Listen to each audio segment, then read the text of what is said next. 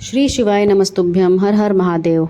कोरबा छत्तीसगढ़ से सावन महीने की पहली शिव महापुराण कथा 12 से 18 जुलाई के लिए चल रही है। इसे हम आस्था, यूट्यूब, फेसबुक किसी भी माध्यम से देख सकते हैं।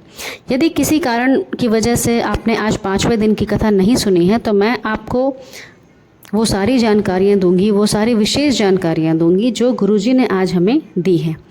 आज गुरुजी ने हमें बहुत सारी जानकारियाँ दी, साथ में उन्होंने यह भी बताया कि पार्थिव शिवलिंग पूजन जो 23 तारीख को होने वाला है शिवरात्रि के दिन, उसमें जो विसर्जन का विधि है, विसर्जन का जो नियम है, वो भी हमें गुरुजी ने आज बताया। तो चलिए वीडियो को शुरू करते हैं। सबसे पहले कथा के शुरुआत में ही गुरुजी ने बताया, किसी महिला ने उनसे प्रश्न किया था कि क्या गले में रुद्राक्ष पहनना ज़रूरी है, क्या महिलाएं धारण कर सकती हैं। तो उन्होंने बताया कि बहुत ही अच्छा उन्होंने उदाहरण दिया कि अच्छे से समझाया कि यदि हम श्री हरि को भोग लगा रहे हैं तो उसमें तुलसी ज़रूर होती है, तभी वह पूर्ण मानी जाती है। वैसे ही अगर हम शिव जी को भोग लगा रहे हैं, प्रसाद चढ़ा रहे हैं, तो उसमें बेलपत्र डाल दिया जाता है तो वह भी पूर्ण हो जाता है। यदि तुलसी पत्र और बेलपत्र डालने से प्रसाद जो है वो पूर्ण माना जाता है, तो उसी प्रकार तुलसी माला और रुद्राक्ष की माला धारण करने से मनुष्य भी पूर्ण हो जाता है। जिस प्रकार से हम प्रसाद को इधर उधर कहीं नहीं फेंकते हैं, कहीं इधर उधर हम उसे गंदगी में नहीं डालते हैं, उसे हम पूरा पा लेते हैं, वैसे ही जो मनुष्य रुद्राक्ष धारण किए हुए रहता है उसे कभी भी मृत्यु के बाद भी नरक में नहीं फेंका जाता है। मृत्यु के उपरांत वो कभी भी नरक में नहीं जाता है। और महादेव का प्रसाद है रुद्राक्ष, तो इसे तो हर एक पुरुष को, महिला को, हर किसी को ज़रूर धारण करना चाहिए। क्योंकि रुद्राक्ष की माला अगर हम देखें तो सभी देवियों ने भी पहना हुआ है। हर जगह ये प्रमाण है कि सारी देवियों ने भी रुद्राक्ष की माला पहनी हुई है, धारण की हुई है। तो गुरुजी ने यही कहा कि चाहे पुरुष हो, स्त्री हो, बच्चे हो, कोई भी हो, हर किसी को लाल धागे में रुद्राक्ष की माला ज़रूर पहननी चाहिए। आगे गुरुजी ने बताया कि यदि हम अपने व्यस्त जीवन में से थोड़ा सा समय निकालकर महादेव के मंदिर जाते हैं, उनकी आराधना करते हैं, उनको एक लोटा जल चढ़ाते हैं, श्री शिवाय नमस्तुभ्यम का जाप करते हैं, तो महादेव भी ज़रूर ही अपना समय निकालकर हमारे दुख को हरने आते हैं। वो ज़रूर अपने भक्तों के पास आते हैं, इसमें कोई दो राय नहीं है। आज ओमकारेश्वर ज्योतिर्लिंग के बारे में भी गुरुजी ने बहुत ही रोचक, बहुत ही अच्छी जानकारी दी।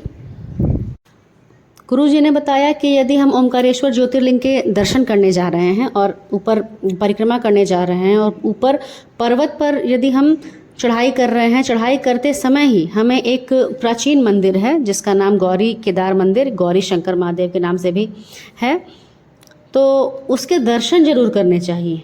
ये जो महादेव हैं, यहाँ जो महादेव हैं, बहुत ही प्राचीन मंदिर है और इसकी जो यहाँ जो शिवलिंग विराजमान है उनकी जो ऊंचाई है 5 से 6 फीट तक। गुरुजी ने बताई कि उसकी ऊंचाई 5 से 6 फीट तक है। काले पाषाण का बना हुआ यह शिवलिंग है। कहा जाता है कि उस शिवलिंग में पहले एक हीरा लगा हुआ था, एक दर्पण लगा हुआ था, जिसमें हम अपना अगर देखते थे अपने आप को, कोई भी मनुष्य अगर उसमें देखता था तो उसको अपना बीता हुआ कल और आने वाला कल दोनों दिखता था। कहने का मतलब है कि हमारा भूत भी उसमें दिखता था, हमारा भविष्य भी उसमें दिखता था। जब वहाँ के राजा तक ये बात पहुँची, जो उस समय जो भी राजा वहाँ राज कर रहे थे, उन तक जब ये बात पहुँची तो उन्होंने अपना बीता हुआ कल और आने वाला कल भी देखना चाहा। उनकी भी इच्छा हुई कि चलो देखते हैं। तो उसमें उन्होंने जो देखा तो उसमें पाया कि वो पिछले जन्म में वो पहले बहुत ही गरीब थे, अत्यंत गरीब थे, और आने वाले समय में जो आने वाला भविष्य उन्होंने देखा, उसमें उन्होंने देखा कि वो बहुत ज़्यादा तकलीफ़ से गुज़र रहे हैं। वो बहुत ज़्यादा जो चीज़ वो देखा उन्होंने, उससे वो घबरा गए और गुस्से में उन्होंने वो दर्पण तोड़ दिया, वो हीरा निकाल लिया, वो सारा कुछ, और मंदिर में भी उन्होंने बहुत तोड़फोड़ की।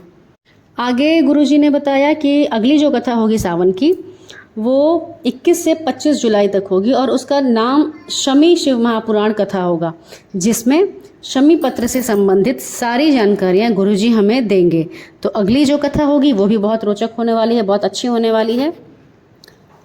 उसके बाद गुरुजी ने हमें बताया कि 23 जुलाई शिवरात्रि के दिन जो पार्थिव शिवलिंग पूजन होने वाला है, जो ऑनलाइन पूजन होगा, तो गुरुजी ने कहा कि सारे लोग अपने परिवारजनों के साथ बैठ करके उस पूजन को करें। और उन्होंने विसर्जन से संबंधित कुछ जानकारियाँ दी। गुरुजी ने कहा कि पूजन करने के बाद जब विसर्जन का मंत्र बोल दिया जाए तब भी हम विसर्जन कर सकते हैं या हम अगले दिन भी कर सकते हैं। शिवरात्रि का दिन ही एक ऐसा दिन होता है जब शिवरात्रि की रात्रि के 4 पहर में कई बार भक्त शिवलिंग बनाते हैं और पूजन और विसर्जन भी करते हैं। पूरी रात ये जो शिव जी की आराधना है ये चलते रहती है। गुरुजी ने सभी शिव भक्तों से कहा कि शिव जी पर शिवरात्रि के दिन जो भी चीज़ें चढ़ाई जाएंगी उन सारी चीज़ों का उल्लेख शिव महापुराण में भी है।